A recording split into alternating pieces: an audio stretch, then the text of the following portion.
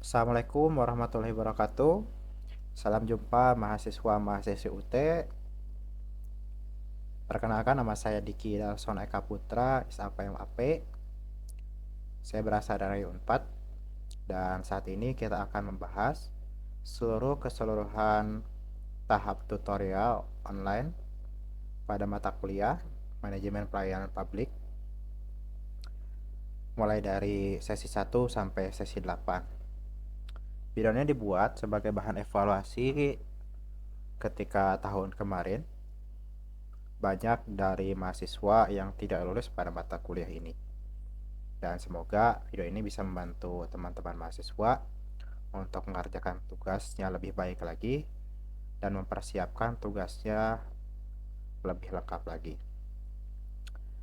Baik, mari kita mulai. Yang pertama, mata kuliah ini adalah mata kuliah berpraktik, di mana mata kuliah berpraktik adalah salah satu mata kuliah yang tidak hanya mengisi diskusi seperti mata kuliah teori, namun ada tugasnya juga.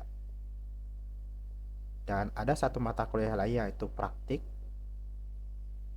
Perbedaannya dengan berpraktik, praktik adalah mata kuliah yang mendasarkan nilai hanya pada tugas, contoh misalkan karya ilmiah. Sedangkan berpraktik ada dua substansi yang harus dilaksanakan, yaitu tugas, yaitu karya ilmiah juga, dan ujian. Jadi tetap ada ujiannya untuk mata kuliah berpraktik. Persentasenya adalah 60% tugas sampai 6, dan sisanya adalah ujian. Jadi seperti itu. Jadi nilai untuk tugas ini mempengaruhi lebih dari 50% dari keseluruhan nilai yang akan kalian dapatkan di akhir semester nanti. Pertama-tama kita buka dulu website Tuton.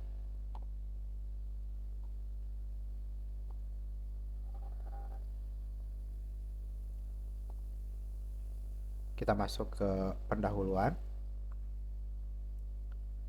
Mungkin teman-teman sudah baca, dan saya juga menyarankan untuk teman-teman membaca kembali seluruh yang ada di website ini, dan sudah saya tata juga mulai dari rancangan pembelajaran semester, RAT-nya, sampai panduan berpraktik yang harus teman-teman baca semua.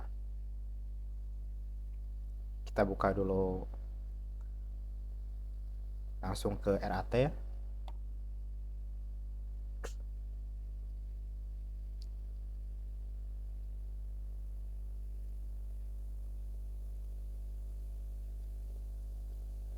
Ini adalah rencana tugas kalian atau rencana mata kuliah ini. Kita mulai dari mode 1, di mana mode 1 ini menjelaskan konsep, pengertian, ya. Mode 2 menjelaskan ruang lingkup, mode 3 menjelaskan perkembangan teori, mode 4 lalu menjelaskan manajemen pelayanan publik seperti apa, dan seterusnya. Teman-teman bisa baca sendiri ya. Rancangannya kita lihat di sini ada beberapa capaian pembelajaran yang kami sudah rencanakan, dan juga daftar pustakanya, mulai dari bisa menjelaskan konsep dan pengertian dan lain-lain. Teman-teman bisa baca di sini ya. Ini tutorial ke-1, 5, 6, 7 sampai akhirnya ada 8. Jadi mata kuliah ini tetap sama dengan mata kuliah sebelumnya, 8 pertemuan dengan 3 tugas, yaitu tugas 1, 2, dan 3, dan 3 web, yaitu web 1, web 2, dan web 3. Kita langsung ke bawah. Di sini ada kegiatan intinya seperti apa. Ini ada tugas 1, tugas 2, dan tugas 3. Tugas 1 di sini dibaca, mahasiswa akan presentasi maksimal 10 menit mengenai identifikasi masalah pelayanan publik dengan mencari dan memilih kasus nyata dari pelayanan publik berdasarkan pengalaman pribadi, informasi media massa, maupun observasi lapangan jika memungkinkan. Saya ulangi, mahasiswa akan presentasi maksimal 10 menit mengenai identifikasi masalah pelayanan publik dengan mencari dan memilih kasus nyata pelayanan publik berdasarkan pengalaman pribadi atau warga sekitar, informasi media massa, dan observasi lapangan. Jadi di tugas 1 ini teman-teman akan membuat salah satu makalah di mana isinya adalah menjelaskan kasus permasalahan pelayanan publik yang teman-teman temui. Nanti kita akan jelaskan lebih lanjut di. Lalu tugas 2 di sini adalah menjelaskan solusi implementasi meliputi siapa saja yang terlibat, langkah-langkah seperti apa, potensi dan hambatan yang akan muncul. Lalu tugas 3, teman-teman akan membuat video yang harus di-upload pada Instagram, TikTok, YouTube, maupun platform yang lain, dan akan dipresentasikan di web 3. Ini materinya mulai dari modul 1, modul 2, 3, sampai seterusnya. Anda bisa baca sendiri ya.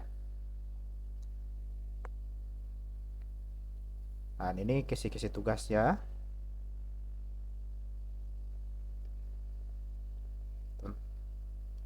Ini tugas berpraktik 1, identifikasi masalah. Tugas berpraktik petunjuknya, mahasiswa memilih satu kasus nyata pelayanan publik yang bersumber dari pengalaman pribadi, cerita warga sekitar, atau berita di media, atau hasil observasi langsung jika memungkinkan. Lalu mahasiswa menjelaskan permasalahan tersebut berkaitan dengan jenis pelayanan, penyedia pelayanan, dan dampak permasalahan. Lalu mahasiswa menganalisis masalah menggunakan konsep atau teori yang sudah dipelajari. Kita cepat aja ya, mungkin kita akan bahas di panduan nanti. Penilaiannya, skorannya seperti ini. Strukturnya, pengorganisasiannya. Jadi yang dinilai adalah struktur laporan dan tata bahasa dulu. Strukturnya seperti apa, nanti kita akan bahas di panduan. Lalu yang kedua adalah penilaiannya adalah analisis dan sintesis teori. Lalu yang ketiga adalah penilaian adalah kejujuran dan integritas. Mungkin di sini lebih menekankan pada bagaimana makalah itu dibuat, orisinilitas dan kejujuran, terutama sekarang adalah zamannya penggunaan AI yang sangat masif, di mana-mana kalian tinggal hanya ketik beberapa prompt dan isinya langsung sudah muncul. Jadi tidak disarankan untuk langsung mengcopy paste dari AI. Jadi disarankan teman-teman benar-benar menulis, berpikir kritis tentang apa saja masalah yang ada, dan teman-teman menyarankan atau menganalisis solusi yang diberikan untuk masalah tersebut. Ini adalah tugas 2, menyusun solusi inovatif dan strategi implementasinya. Jadi selain menyusun solusi, juga strateginya harus teman-teman pikirkan juga. Ini adalah tugas 3, membuat video praktik ya, langsung mengenai solusi dan strateginya. Teman-teman nanti harus baca lagi full dari atas sampai bawah. Lalu setelah mengerjakan tugas teman-teman pun harus ikut dalam tes ujian. Mungkin seperti apa ujiannya? Di sini ada capaiannya.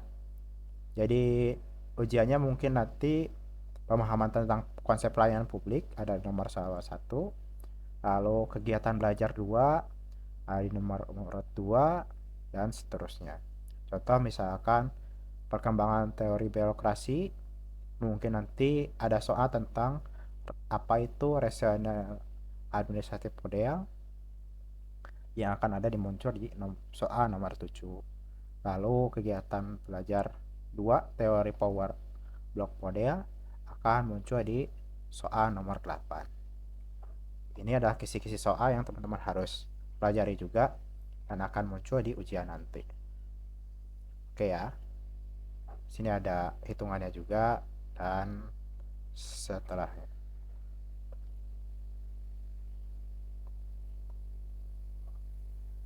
Setelah membaca rancangan aktivitas tutorial atau RAT, teman-teman akan membaca panduan berpraktik untuk tutoran mahasiswa yang ini. Teman-teman bisa buka.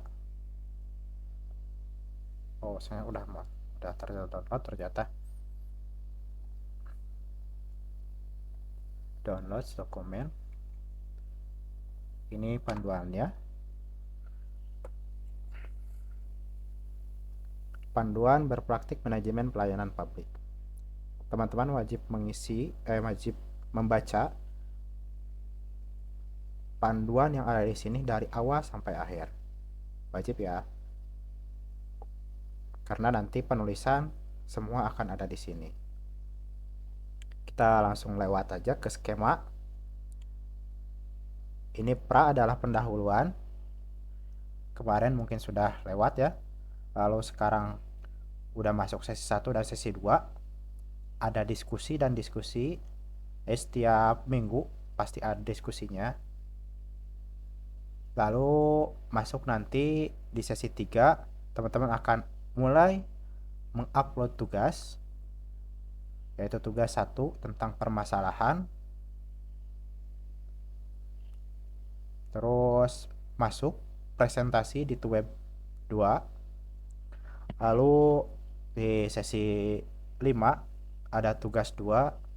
Sesi 6 kita presentasi tugas 2-nya.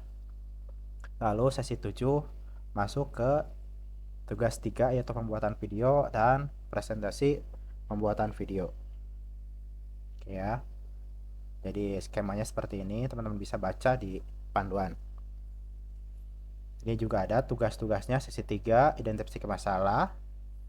Mahasiswa memilih satu kasus nyata pelayanan publik permasalahan dapat bersumber dari pengalaman pribadi, cerita warga sekitar, berita media massa, atau hasil observasi secara langsung.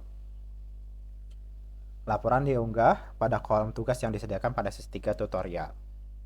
Dan seterusnya. Yang kedua, menyusun solusi inovatif. Dan yang ketiga, membuat video praktik langsung. Oke ya, seperti itu. Jadi, yang akan teman-teman buat adalah suatu makalah. Makalahnya seperti apa nanti kita akan bahas setelah ini. Mulai dari tugas 1, identifikasi masalah, menyusun solusi inovatif dan strategi, dan membuat videonya seperti apa. Sebenarnya di sini udah ada, teman-teman tinggal baca aja full dari atas sampai bawah, isi masalah dan teori, kreativitas, dan yang lain-lain. Nah, di sini ada penggunaan AI ya. Yang saya tadi bilang, karena penggunaan AI semakin masif, masih pembuatan kecerdasan AI itu masih diperkenankan sebagai penyusunan kerangka, penyunting bahasa, dan dukungan teks visual yang lain, tapi tidak untuk isi. Karena nanti kan AI tidak tahu bagaimana keadaan dari objek yang sedang kita teliti. Oke. Di sini ada sistematikanya, mulai dari judul, kata pengantar, daftar isi, bab 1 pendahuluan, ada latar belakang, rumusan masalah, tujuan, kegunaan, dan teoritis dan praktis. Bab 2 kajian pustaka, bab 3 teknik pengumpulan data, bab 4 hasil observasi, hasil dan pembahasan ya, observasi lapangan. Ini full semua sampai daftar pustaka. Tidak lupa menampilkan lampiran-lampiran. Ketentuannya font 12, ukuran poa 14 tebal untuk judul, lalu 12 tebal untuk penulisan subjudul, dan yang lain-lain. Contoh misalnya di sini latar belakang penulisan, data tabel, dan yang lain-lain. Ini istilah dan penutup. Ini adalah lampiran cover yang harus teman-teman isi, contoh daftar isi, ini layoutnya, dan seterusnya. Oke ya.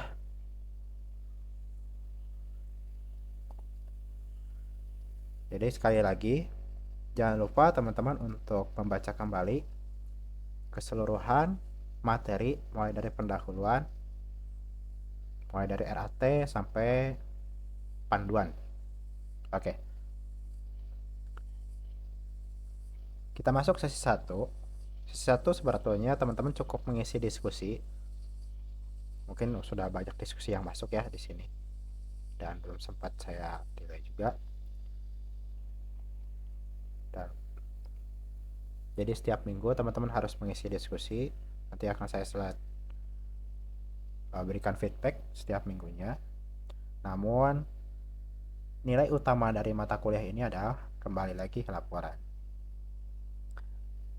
Pembuatan laporan mulai dari sesi 3 kita buat, tidak buka sesi 3, dan ini tidak akan terbuka di teman-teman jika teman-teman buka di sekarang masih sesi 2.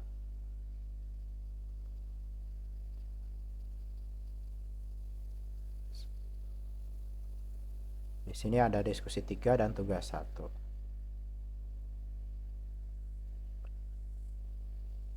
Tugas ini dibuka mulai dari hari Senin tanggal 27 jam 12 dan hari Senin tanggal 11 Mei pukul 3.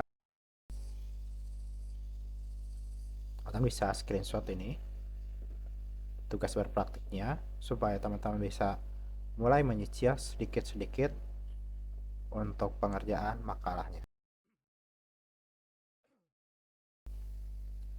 Nah, kita lihat lanjut ke sesi 4. Nanti teman-teman akan mendapatkan notifikasi di link web di sini. Belum saya isi karena saya melihat jadwalnya dulu. Biasanya web yang saya laksanakan itu kalau tidak hari Rabu adalah hari Kamis. Dan biasanya dalam WIB itu malam karena saya menghargai teman-teman yang sudah bekerja, terutama yang sudah sibuk ya. Udah. Jadi hari Rabu atau Kamis di malam hari. Dan jikalau teman-teman ada yang dari UT luar negeri atau sedang bekerja di luar negeri dengan jam yang berbeda, mohon konfirmasi, nanti kita akan atur jadwalnya.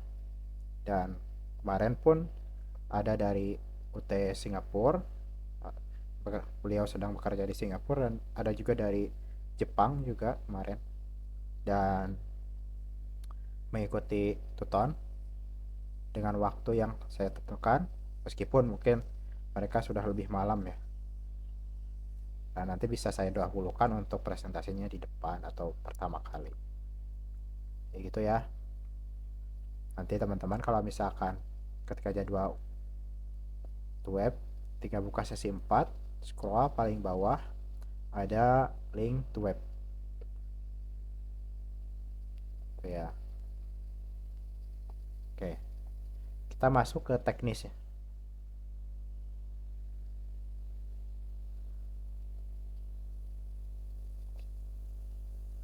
Bagaimana pengerjaan tugas 1? Contoh misalkan saya ambil tugas 1 ini aja ya, makalah Salsabila ya, tentang transportasi umum. Jadi mungkin seperti ini ya tugasnya. Teman-teman harus mulai mencari permasalahannya dulu seperti apa.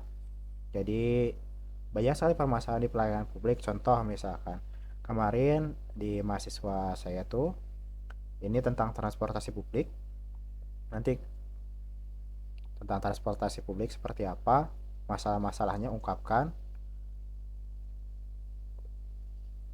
Terus ada juga yang dari Jambi kemarin, beliau berkata ketika di wilayahnya itu rumah-rumah sangat berjauhan dan pelayanan KTP katanya di salah satu desa mengalami keterbatasan dengan jaraknya yang jauh, dengan dana yang kurang. Nah, itu jadi masalah-masalah yang teman-teman harus ungkapkan di bab 1 ini, pendahuluan. Oke ya. Ini ada juga Teddy dan yang lain, ada Anissa mungkin. Tadi tentang transportasi, ini tentang administrasi kependudukan dan upaya peningkatan kualitas Dinas Pendidikan Dikdukcapil di Kota Balikpapan. Jadi judulnya problematika pelayanan administrasi dan upaya peningkatan kualitas di Dinas Kependudukan dan Pencatatan Sipil di Dukcapil di Balikpapan. Ini daftar isi, masuk pendahuluan, latar belakang masalah, dan seterusnya. Sini layanan pantai, jadi pelayanan terpadu integrasi katanya masih bermasalah. Layanannya seperti ini, ada KTP elektronik, Kia, Gojek, dan penghematan kertas dan yang lain-lain ya. Permasalahannya seperti apa? Maka ini penting untuk mengaplikasikan pelayanan konsep-konsep administrasi publik dan manajemen pelayanan, seperti implementasi standar pelayanan publik dalam konteks praktis di lapangan. Baik, nah, itu seperti itu contohnya ya.